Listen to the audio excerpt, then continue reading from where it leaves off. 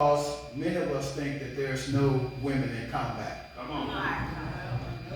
I will tell you that is a myth. And for our female veterans here today, you know it's a myth. Master Sergeant Bray was in fact, let me just say this. Master Sergeant Bray has exited more Army aircraft than I have as a paratrooper. She's been in 3 of the same combat divisions I've been in. Namely, the 82nd Airborne, 101st, and 2nd Infantry Division. These divisions are divisions that are on the forefront of freedom. These men and women stand in the breach of freedom every day, and they continue to do so. So let me just give you a little brief bio on Master Sergeant Bray. She enlisted in the Army in 1984 as a chaplain assistant. She knows a little bit about church. If you would know what a chaplain assistant is, just think of that Pastor Thomas has a, let's say he has a security detail.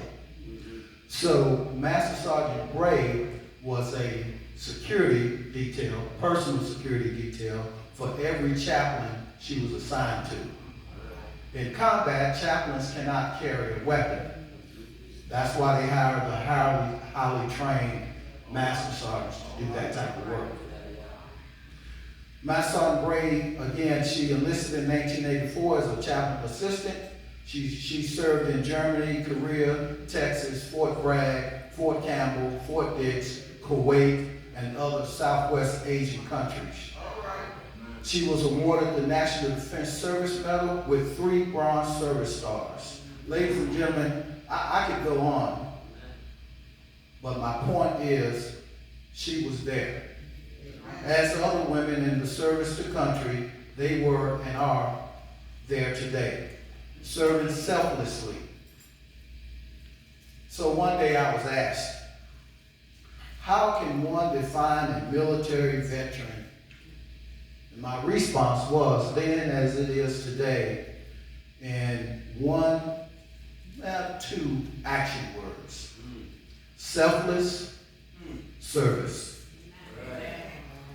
In Webster's dictionary, selfless service is defined as acts or behaviors performed with the primary intention of benefiting or assisting others. Without seeking personal gain or reward, it is the act of helping others with no expectation of getting something in return.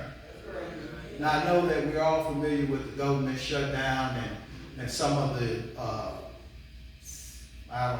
theatrics about service members not getting paid. Did you see any service member leave the ranks?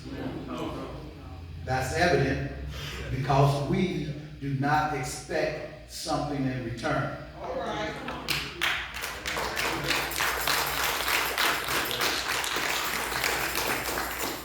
As we go on and we start talking about selfless service, these things that can transform both the givers and the receivers in life.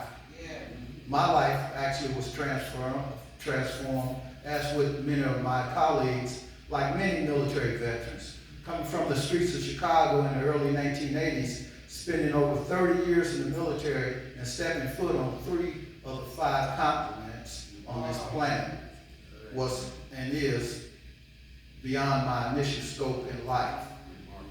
I would tell you that was a true transformation. But I wanted to bring it home a little bit and define selfless service as Christianity defines it. In Christianity, selfless service is defined as the act of serving others without seeking personal gain or recognition. It is characterized by humility, sacrifice, and a genuine desire to benefit others. When I walked in the Trinity Missionary Baptist Church this morning, I felt that was the watchword in this church today.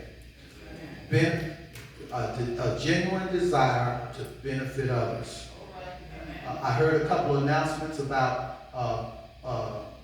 toy drives. I heard an announcement about a benefit luncheon. You know, all of these things are in support of someone else. It's evident. This concept is rooted in the teachings and examples of Jesus Christ, who epitomized the ultimate act of selflessness through his life and sacrificial death. The scriptures provide numerous examples of selfless service, such as Abraham's hospitality to the 3 visitors. That's in Genesis. And Ruth's loyalty to her mother-in-law, and that was obviously in the book of Ruth. In the New Testament, Philippians 2, 3, and 4 exhort believers to consider others more important than themselves, and to look not only to their own interests, but also to the interests of others. This call to selfless service is a fundamental aspect of Christian living. It's reflecting the heart of God to a watching world. Ladies and gentlemen, the veterans assembled before you today are the seeds and the fruit of our society, our communities, and our places of worship. Please stand with me and give them a hearty round of applause for their selfless service.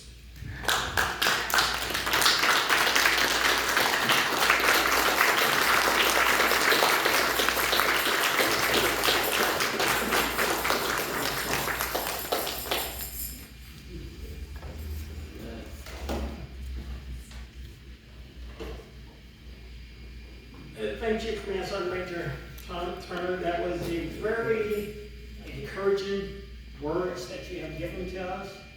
And it reflected each and every one of us in some form or fashion.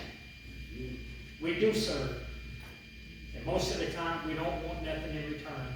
But thank you for those kind words, sir. At this time, I would like to have all veterans come down front.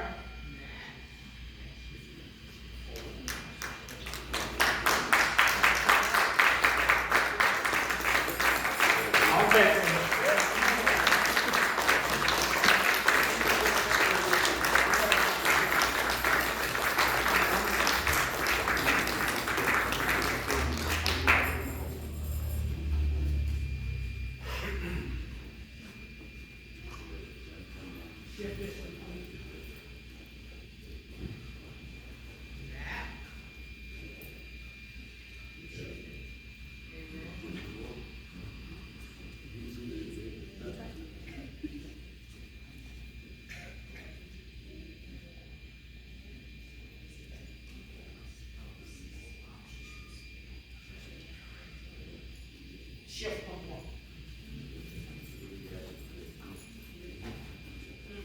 more. Okay, as Command Sergeant Major Turner stepped in front of you and you receive the mic, please state your name, your rank, and what branch of service.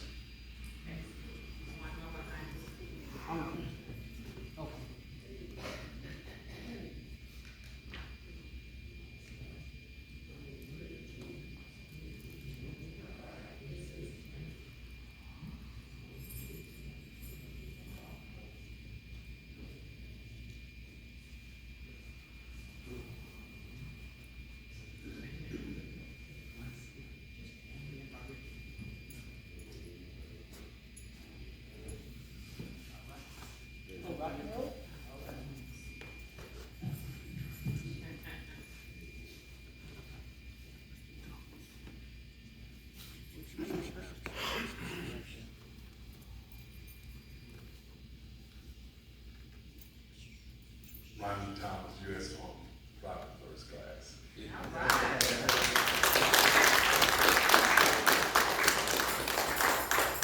Carl Lincoln, Sir First Class.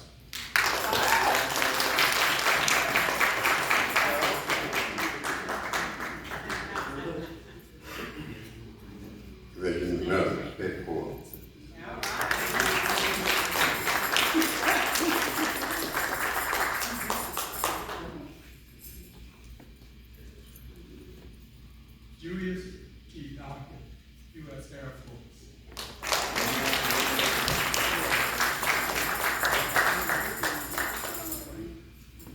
David Cockburn, U.S. Air Force.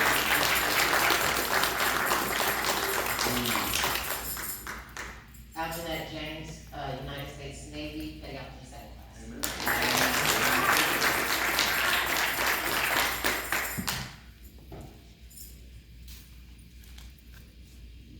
Devin Stringfield, United States Air Force, second sergeant.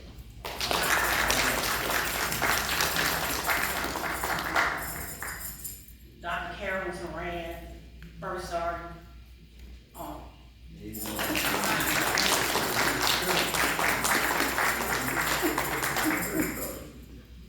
Lorraine Harper, son of first class Army retired, and as of 31 December this year, I will be retiring after 20 years of DoD service as well.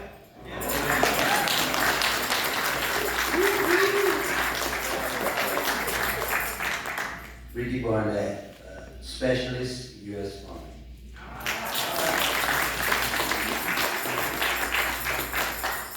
First grade, Mercury. All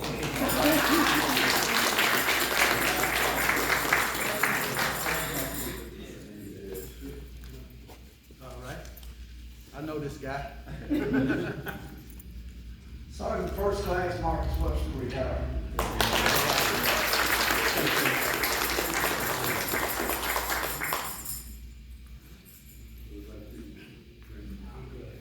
I'm also a veteran. I just don't want to get a hat today. I'm like Miss Torre, United States Army. That's the only branch that I know.